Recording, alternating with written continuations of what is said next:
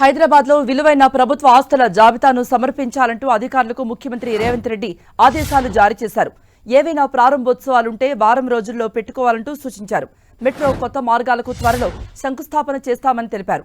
రాబోయే 15 రోజుల్లో HMDA, జీహెచ్ఎంసీలలో vigilance దాడులు జరుగుతాయని, ఇష్టానుసారంగా వ్యవహరించిన అధికారులు ఇంటికి పోతారని హెచ్చరించారు. వాటర్ వర్క్స్, జీహెచ్ఎంసీ, పురపాలక శాఖపై నిన్న రాత్రి హెచ్ఎండీఏ హెడ్ ఆఫీస్లో సీఎం రేవంత్ ఉన్నత స్థాయి సమీక్ష నిర్వహించారు. దాదాపుగా 4 గంటల పాటు జరిగిన సమీక్షా సమావేశంలో కీలక ఆదేశాలు జారీ చేశారు. జీహెచ్ఎంసీ, హెచ్ఎండీఏ పరిధిలో చాలా భవనాలకు సంబంధించి ఫైల్స్ కనిపించడం లేదని మండిపడ్డారు ముఖ్యమంత్రి. ఆన్లైన్లో లేకుండా ఇష్టారాజ్యంగా అనుమతులు ఎందుకు ఇచ్చారంటూ అధికారులను ప్రశ్నించారు. బిల్డింగ్ పర్మిషన్ ఫైళ్లు క్లియర్గా ఉండాల్సిందే అంటూ తేల్చెప్పారు. హెచ్ఎండీఏ వెబ్సైట్ నుండి చెరువుల ఆన్లైన్ డేటాను ఎందుకు తొలగిస్తున్నారని అధికారులను నిలదీశారు సీఎం. హైదరాబాద్ పరిధిలో 3500 చెరువులు ఉన్నాయని, వాటి విస్తీర్ణం, హద్దులు, సర్వే నంబర్లకు సంబంధించిన వివరాలు ఎక్కడ ఉన్నాయంటూ ప్రశ్నించారు. 3500 చెరువుల డేటా ఆన్లైన్లో ఉండాల్సిందే అంటూ నిర్దేశించారు.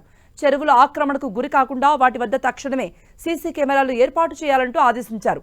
ఉదయమే లేచి కాలనీలో పర్యటించి జోనల్ కమిషనర్లు ఇంటికి వెళ్లిపోవచ్చంటూ ముఖ్యమంత్రి రేవంత్ హెచ్చరించారు. కుర్చీలో కూర్చొని పనిచేసే పోస్టులు కావాలంటే ఇస్తామన్నారు.